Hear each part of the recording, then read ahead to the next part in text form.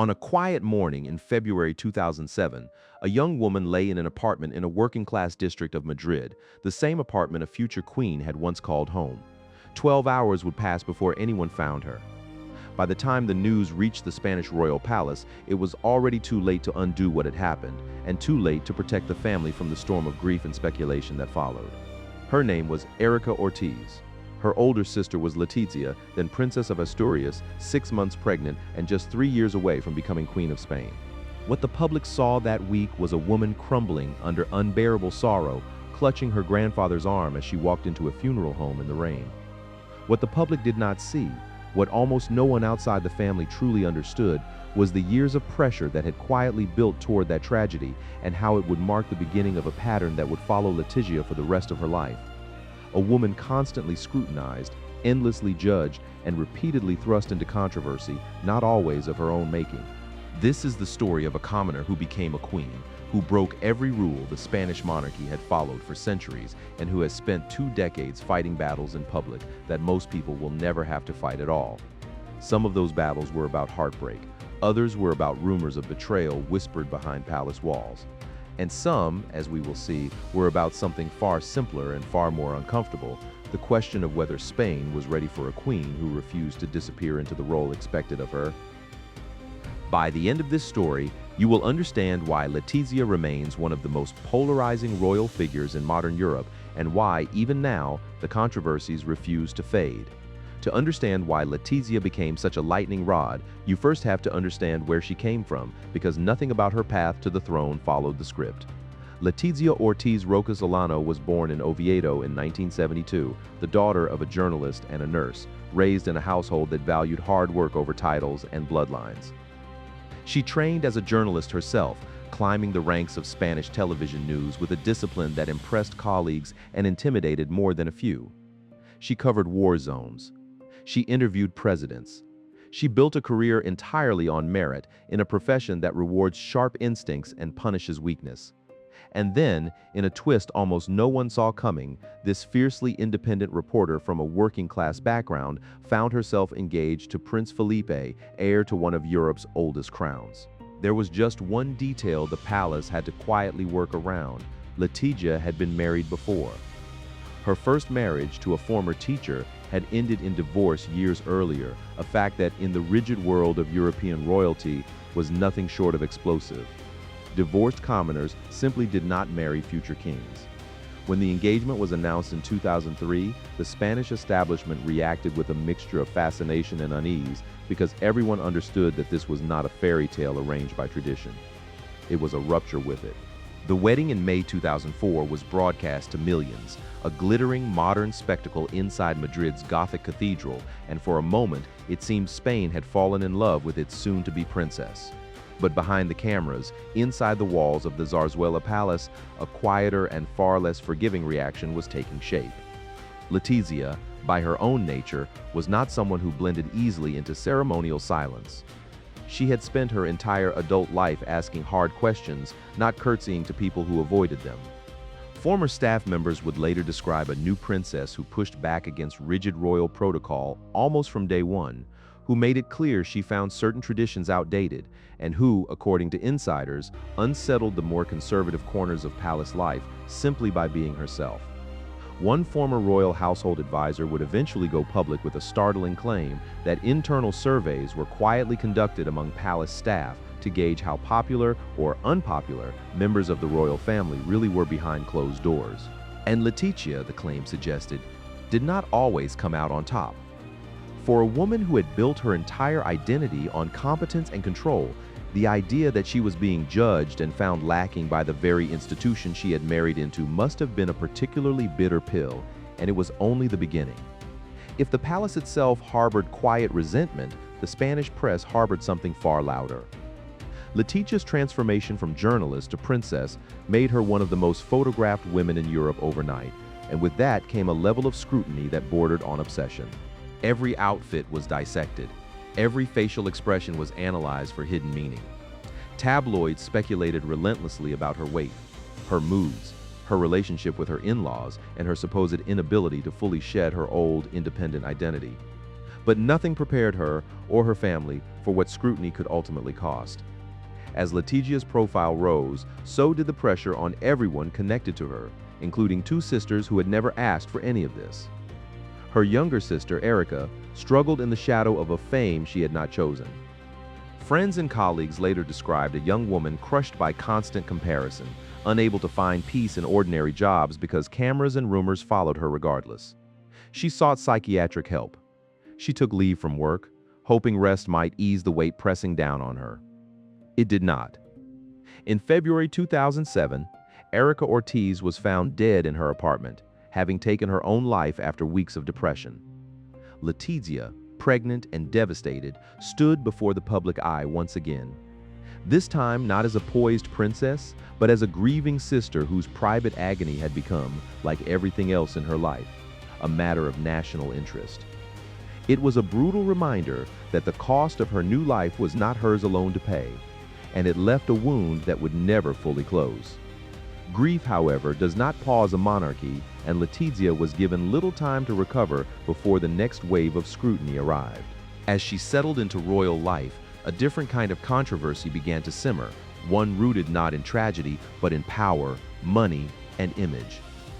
In 2014, leaked text messages surfaced that showed Letizia, then newly crowned queen, exchanging warm, casual messages with a businessman named Javier Lopez Madrid, a close friend of King Felipe who was, at that very moment, under investigation for alleged corporate corruption tied to Spain's banking crisis. In the messages, Letizia did not distance herself from the scandal swirling around him. Instead, she offered support, using blunt language to criticize a newspaper that had published damaging stories about him, telling him plainly that they knew each other, liked each other, and respected each other. For a queen who had positioned herself as modern, careful, and image-conscious, the leak was a public relations nightmare. Spanish newspapers openly demanded an explanation. Critics asked an uncomfortable question that the palace never fully answered. Why was the Queen of Spain privately defending a man entangled in a corruption scandal? At the exact moment Spain's monarchy was desperately trying to distance itself from the very kind of scandal that had already tarnished King Juan Carlos's reputation. The palace did not deny the messages were real. It simply stayed silent. And silence, in the world of royal controversy, is rarely interpreted as innocence. That silence would become a recurring theme because just a few years later, an entirely different kind of controversy erupted, this time inside the family itself, captured not in leaked text messages but on camera in front of the entire country. During Easter Mass in 2018, photographers gathered to capture the traditional royal family appearance, expecting nothing more than smiles and waves. What they captured instead was a strange, visibly tense standoff. Cameras showed Letizia stepping directly between a photographer and her mother-in-law, former Queen Sofia, blocking the shot as Sofia stood affectionately beside her granddaughters. Then, in a moment that left commentators stunned, Letizia appeared to physically separate Sofia's hands from one of the young princesses. King Felipe, visibly startled, stepped in and pulled both women aside, attempting to defuse a situation playing out in full view of the national press. As if that were not enough, a second video soon surfaced from the very same day, showing Letizia wiping away a kiss that Sofia had placed on her granddaughter's forehead, an action so small and yet so loaded with meaning that it ignited a firestorm of interpretation across European royal circles. Was it overprotectiveness? Was it a deeper rift between queen and mother-in-law, finally breaking into public view? Royal commentators and even members of other European royal families weighed in, with one prominent royal relative publicly accusing Letizia of mistreating an elderly grandmother, a comment that only poured more fuel onto a fire the palace desperately wanted extinguished. The truth behind that single Easter morning has never been fully explained, and that mystery, more than the moment itself, is exactly what kept the story alive for years. As tensions inside the family simmered beneath a veneer of royal composure, a far more serious and far more damaging controversy was quietly taking shape, one that would not surface publicly for years, but that, when it finally did, threatened to shake the foundation of the entire monarchy. It involved a man named Jaime del Burgo, who was, at one point, married to Letizia's own sister Telma. According to explosive claims Del Burgo later made public, he and Letizia had been involved in a long, secret romantic relationship, one that, by his account, continued even after her marriage to Felipe, and even, shockingly, during her pregnancy with one of the royal children. Del Burgo posted what he claimed was an intimate photograph sent to him by Letizia, accompanied by what he described as a message of love, detailing an affair that, if true, would represent one of the most serious infidelity scandals to ever touch a sitting European monarch. He claimed to have received death threats simply for speaking out. He insisted he had nothing to gain and everything to lose by revealing the truth. The palace, true to its long-standing instinct, offered no formal confirmation and no formal denial, leaving millions of people across Spain and beyond to wonder whether they were witnessing the unraveling of a royal marriage in real time, or the bitter, manipulative fabrication of a man with a grudge. What made the story impossible to dismiss was that Del Burgo was not acting alone in stoking it. A separate book, written by a veteran royal journalist, claimed that King Felipe had learned of his wife's alleged infidelity through reports filed by her own security detail, the very bodyguards entrusted to protect her, and that the discovery had, in the author's words, utterly crushed him. The book went further, alleging that Felipe had privately considered divorce and that the fallout from the affair had poisoned Letizia's relationship with other members of the royal family for years afterward.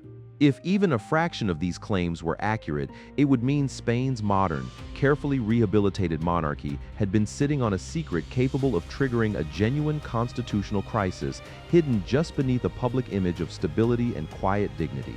And yet, despite the gravity of the accusations, no court ever tested them. No formal investigation was ever opened, and Del Burgo himself, when pressed years later in an interview, offered an answer that was almost more unsettling than a confession.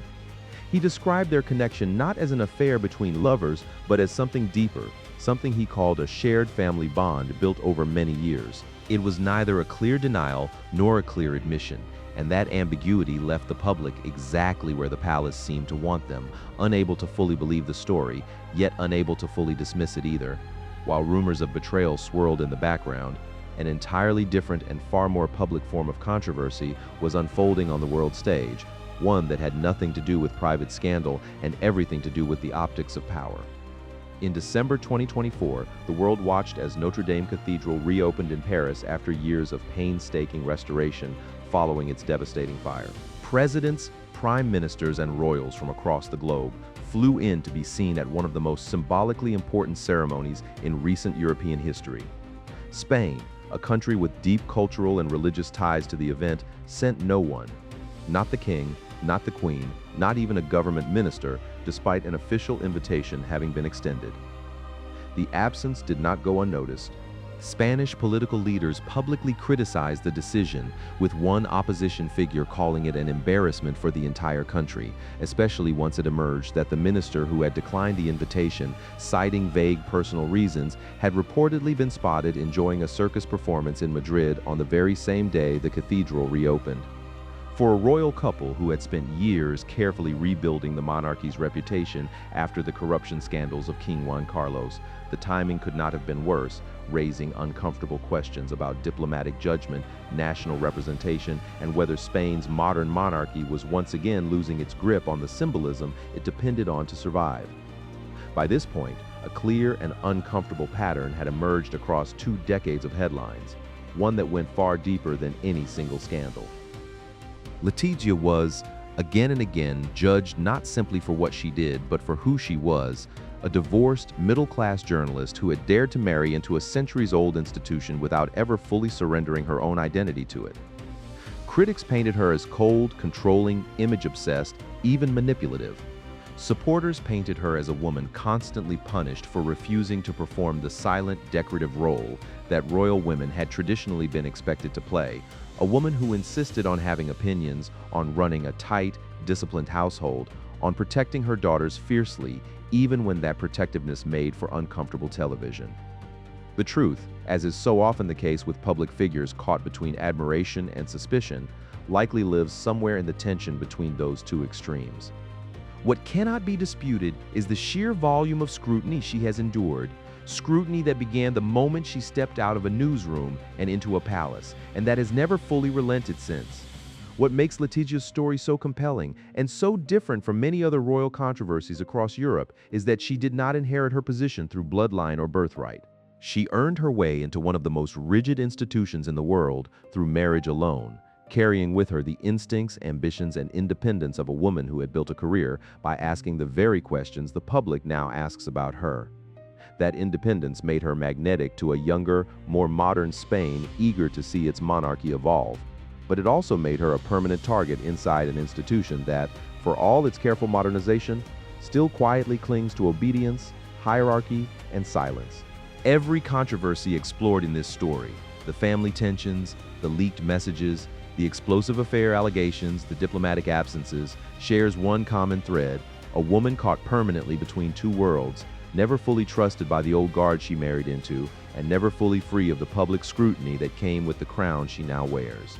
Today, Letizia remains Queen of Spain, her marriage to Felipe still publicly intact, her daughters being carefully prepared for a future that will one day place the eldest, Leonor, on the very throne her mother fought so hard to claim a place beside. The rumors of betrayal have never been proven. The tension with the wider royal family has never been fully explained. The diplomatic missteps have been quietly absorbed into the long, complicated history of a monarchy still searching for its modern identity.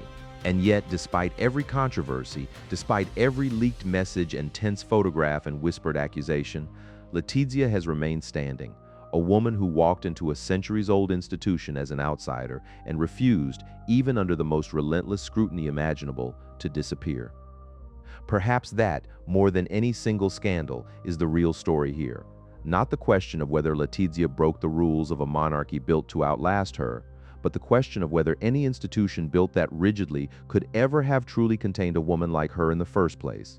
History, as it so often does with queens who refuse to be quiet, will likely spend decades still trying to decide.